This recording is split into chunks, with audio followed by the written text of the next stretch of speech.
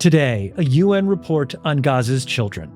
The findings from our commission are unequivocal, authoritative, and heavily grounded in evidence. At least 20,000 killed, tens of thousands more injured, and a legal conclusion that this amounts to genocide. What does the international community do with those findings? I'm Kevin Hirten, and this is The Take.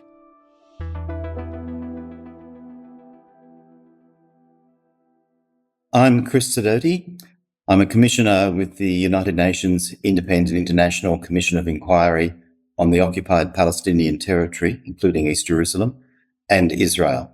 So the report is a conference room paper by the UN Independent International Commission of Inquiry on the occupied Palestinian territories, and that includes East Jerusalem and Israel, and it focuses on violations and crimes against Palestinian children.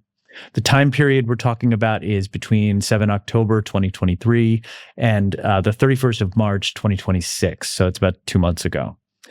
Yeah. What sets this report apart is that it concentrates on Palestinian children as a distinct, systematically targeted group. And Chris, the numbers are almost unimaginable. The Commission finds that at least 20,179 Palestinian children were killed and 44,143 injured in Gaza in the 2 years after October 7th, 2023. That's roughly 2% of Gaza's 1.2 million children. We'll get into a lot of details from this report, but as we start off, can you walk us through some of the challenges involved in a report like this? Can I just first go back to explain what those figures represent? The almost 22,000 children who were killed that you've mentioned, Kevin, are 22,000 children who were killed directly by the violence and whose bodies have been positively identified. So that number of almost 22,000 does not include bodies that have not been identified. It does not include bodies that are still under the rubble, of which there are estimated to be perhaps 10,000. Wow. It doesn't include children who are simply missing, have been listed as missing, or whose families have been entirely wiped out, and we don't even know how many kids might have been missing.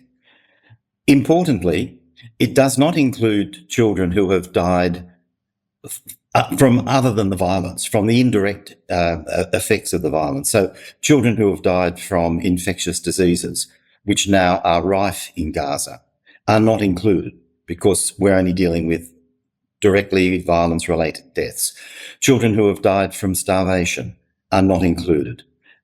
Children who had ordinary preventable illnesses who have not received any medical attention because the hospitals have been destroyed, those children are not included. Wow. So the 22,000 is an enormous understatement of the number of children who have been killed in Gaza in the last 2.5 years.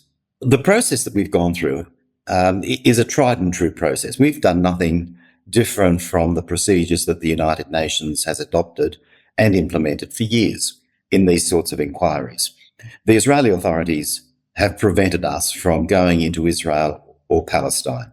So we can't go there and do investigations on the ground because Israel controls all of the external borders of Palestine. And so that is the unique dimension. Nonetheless, we are able to collect an enormous amount of information. We've got over 16,000 items of digital evidence. That means video recordings, photographs, audio recordings, and they have to be checked and validated before we accept them into evidence. We are able to speak directly to victims who have been evacuated, even though their numbers are relatively small. But they do come out, some hundreds of them, and they generally come out with one or perhaps two companions. And we can interview them person to person when they come out of Gaza so that we can hear what they have to say.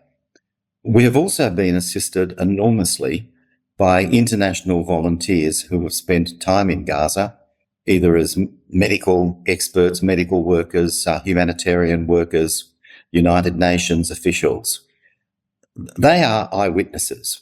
They talk to us and we examine them on the basis of what they have actually seen. I am Dr. Mahmouda Syed, though publicly I'm known as Dr. Mimi Syed.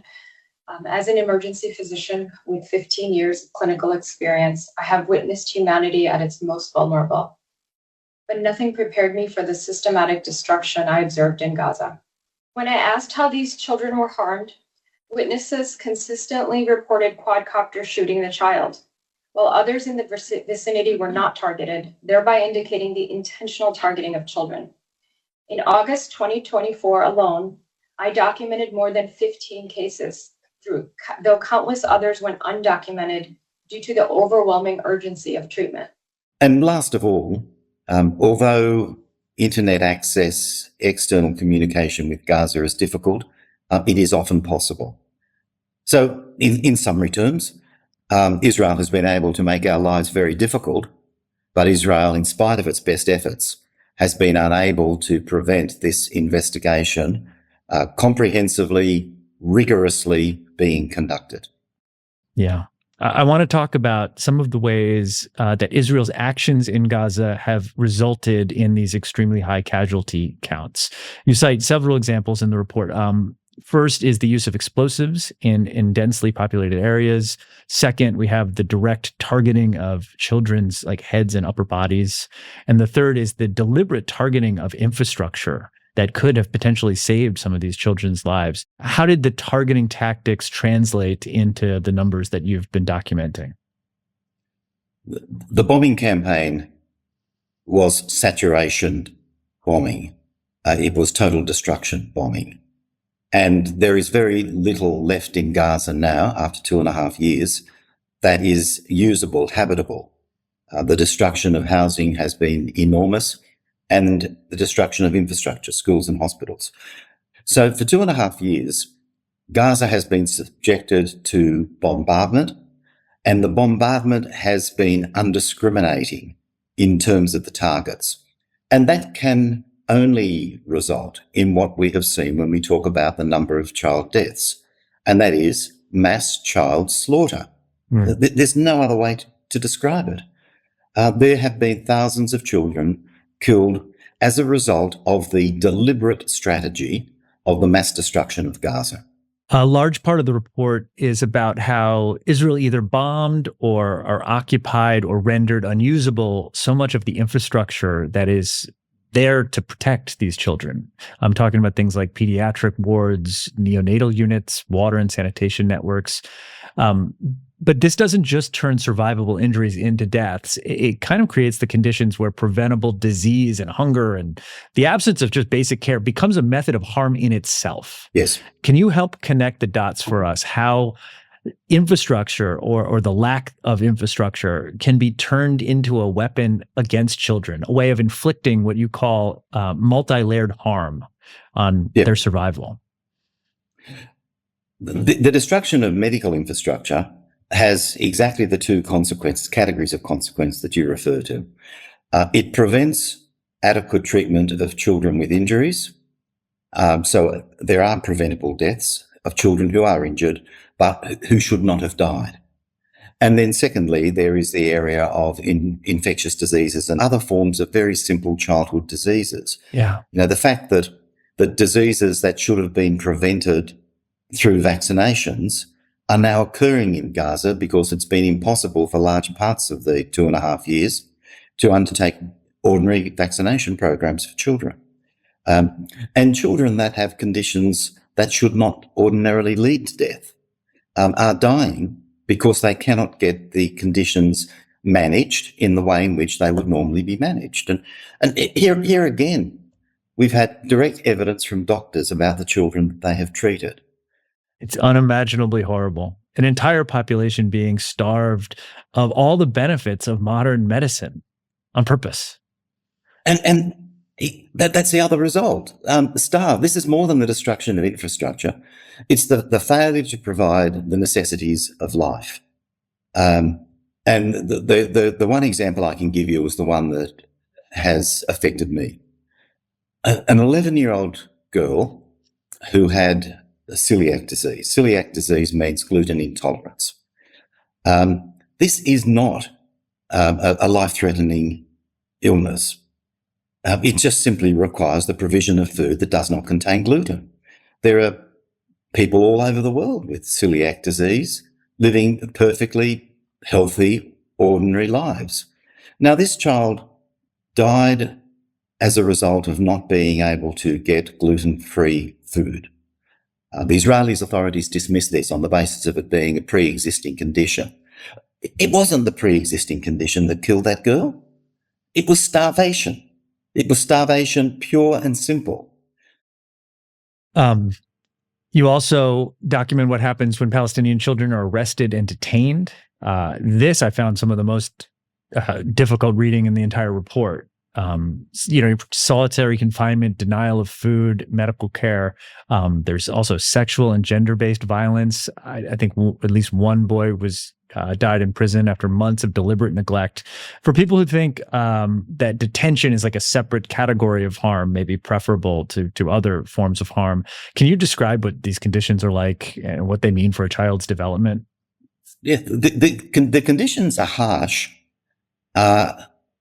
Not just harsh, but unacceptable, below international standards for the treatment of even hardened criminals, let alone detainees who are never brought before a court and are never tried, let alone for children. International law says that children should only be detained as a measure of last resort for the least period of time that is necessary and in conditions that account for their age and immaturity. And none of those conditions, those requirements of international law are being complied with. There are significant numbers of children from Gaza and from the West Bank as well who have been detained.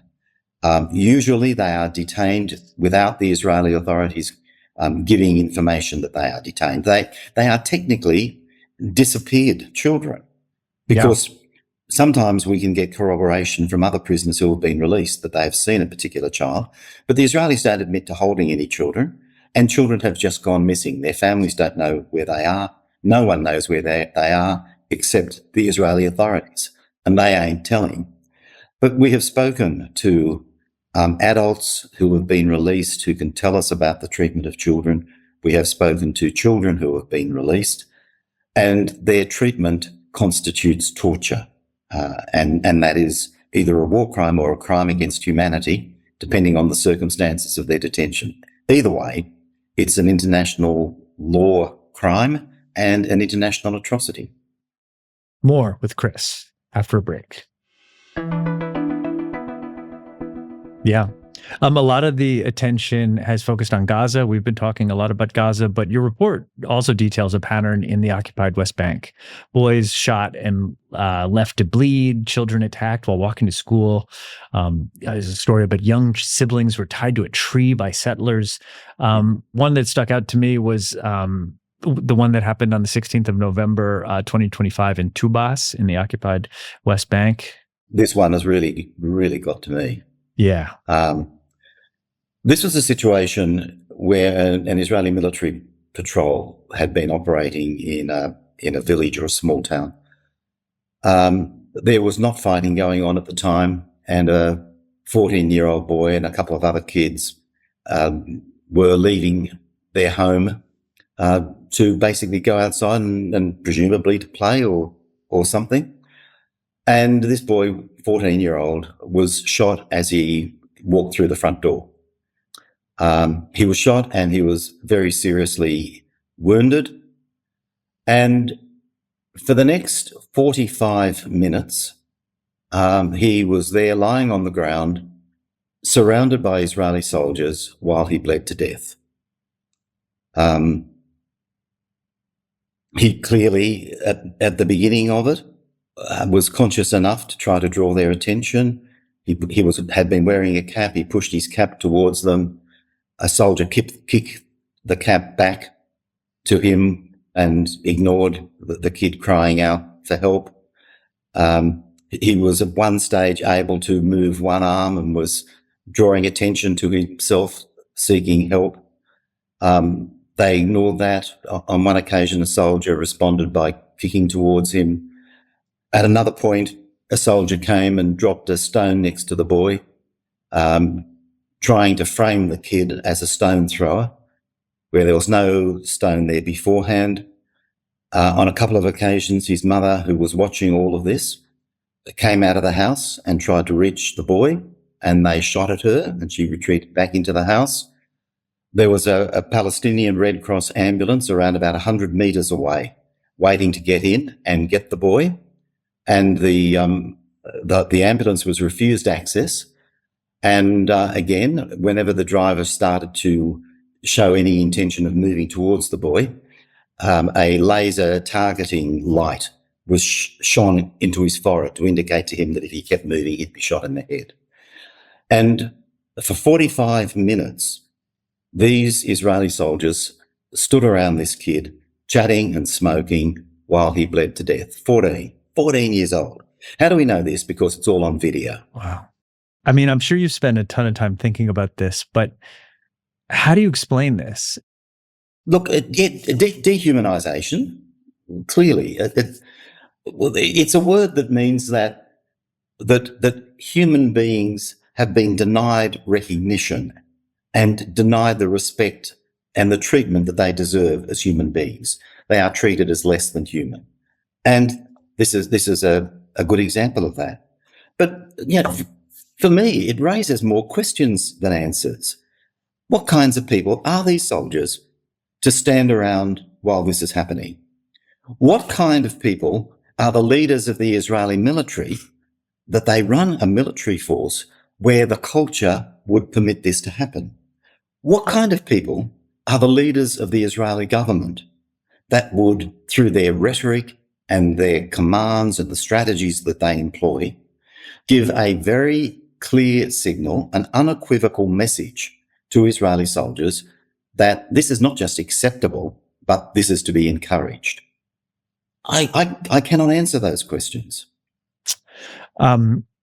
Legally, the commission concludes that Israeli authorities, security forces, and settlers have committed war crimes and crimes against humanity of Palestinian children, and that this amounts to genocidal acts directed at the Palestinian group in Gaza, with children central to the intent to destroy the group's biological continuity.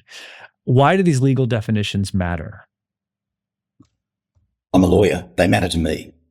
I'm not an ethicist. I can't make decisions about the ethics or otherwise of what's happening.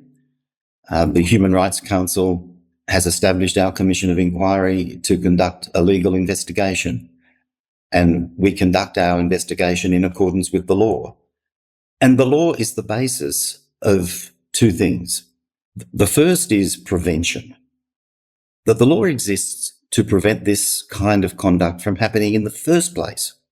And the fact that this has gone on for 2.5 years without being prevented is an indictment not only of the law and the failure of the law in its implementation aspect, but also in the failure of other states that also have obligations under international law to prevent such atrocities. Yeah.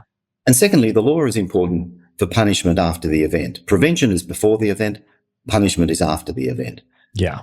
That responsibility lies predominantly on the state whose officials or soldiers violated the law, but we know that the state of Israel has no intention whatsoever of holding anybody accountable. And so the international system becomes important. You mentioned that accountability likely won't be coming from within Israel. Israel has consistently refused to cooperate with the Commission of Inquiry, denying access, etc. It has branded previous reports as fabricated. It's likened your work to pro-Hamas propaganda. And I think we kind of got a sneak peek of how Israel might react to this one on the 19th of June, 2026, just last week, a public UN meeting in New York on children and armed conflict. Israel's ambassador, Danny Danon, clashed furiously with UN officials responsible for a report on violations against children. So 2 questions. One, do you expect this pattern will continue? No remorse, attack, attack, attack. I think I know the answer to that one. But the other question is, do you think those tactics have the same salience as they did in the wake of October 7th? Oh, I got easy answers, Kevin. Yes and no. There you go. Yes, they're going to continue attack because they don't know anything else. Uh-huh. This is the only resort of the guilty in answering irrefutable evidence about the nature of their conduct. This is the only thing they can do, lie, as they have always lied. And yes, it will continue. Is it having any traction? Not anymore. People can see through it. The same tactics have been used for far too long in far too many circumstances. And now, particularly because of the digital evidence, now it's no longer possible to issue blanket denials and expect to get the benefit of the doubt. So far as I'm concerned, there is no doubt. I'm not a criminal judge. I don't have the power to try a criminal case. But as an investigator with a UN mandate, I personally have no doubt. And in time, I am sure the courts will give their view on that subject, and they're far more important than I am. You know, what we're talking about is just so awful, but we really can't close our eyes to it. And I guess the question is, what do we do with this information? For example, the report documents over 5,000 victims under the age of 5 and around 420 newborns among the dead. Newborns. And each of those babies had a name and parents and a future that no longer exists. It feels a little late to be asking, what the international community could have and should have done. But I will ask what it can do moving forward, because your report has some very strong and very specific recommendations that would be very uncontroversial if we were talking about any other country. Your question is the top priority question, Kevin. I want action taken about what has happened as well, but it really is what should be done now, because it's continuing. It's not over. It's not finished. It's continuing. And there are things that we recommend.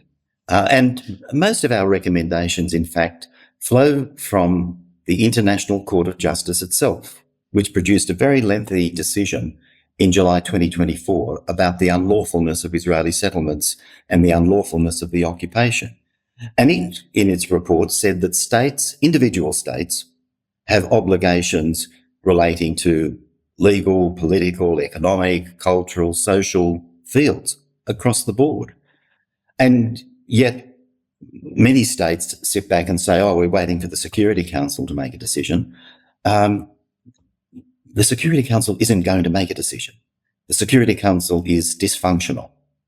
It will never deal adequately with the situation in Palestine. So let's stop pretending that something's going to happen there. It won't. That means that states individually and collectively need to be working out their own action to take. And it needs to cut across all of the areas of state relationships that the International Court of Justice itself has indicated. That means, most immediately, a complete prohibition on all military-related trade. And that means more than just arms trade. Many countries have had a ban on arms, but that's not enough. It's not just weapons, and it's not just machinery or planes or ships. It's also the components that go into those things. It's also surveillance technology, the kinds of things that can be used by the military for military purposes. So there are no satisfactory bans at the moment on all military-related trade. And that's the first and most obvious thing. The second is to cut off the supply of funds to the unlawful, illegal settlements. The settlements, in many cases, are not economically self-sufficient. They rely on funds going in, sometimes from Israeli organisations, but very often money that is donated by people in Western countries, that is provided to sometimes even charitable organisations and other organisations that fund the settlements. It's got to stop. We need to cut off all financial relationships with the settlements, and certainly any tax deductibility or other tax benefit that organisations in Western countries may have to raise money and provide money to the settlements themselves. We need to be looking at accountability. The Israeli military forces have, on their own admission, thousands of citizens from other countries fighting for them. My own country, Australia, is a relatively small country.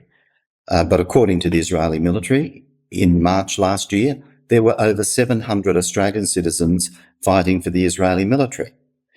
Now, anybody who has been in the Israeli military, Air Force, Navy, Army on the ground in Gaza since October 2023 must be considered a suspect in the commission of war crimes, crimes against humanity, and the crime of genocide. The findings from our commission are unequivocal, authoritative, and heavily grounded in evidence. And the extent of the atrocities committed in Gaza is so great that anybody who has been there under a military capacity must be considered a suspect. I'm not saying that they're guilty, but I'm saying that they are definitely a suspect. They need to be investigated, and if the evidence warrants it, tried, and if convicted, punished. So there are steps to be taken and responsibilities, as the International Court of Justice has indicated, responsibilities on individual states, not waiting for the Security Council, but responsibilities to act now. And that increasingly has to be the direction that we, as a Commission of Inquiry, encourage states to move. We can't ignore that. Chris, thank you for going through all of this with us, and thank you for the hard work putting this together. Thanks, Kevin. Thanks for the opportunity to spell it all out at length so that people understand. I get a bit frustrated with the 30-second interview, and people need to understand it. And so you've given us the opportunity to do that. Thank you.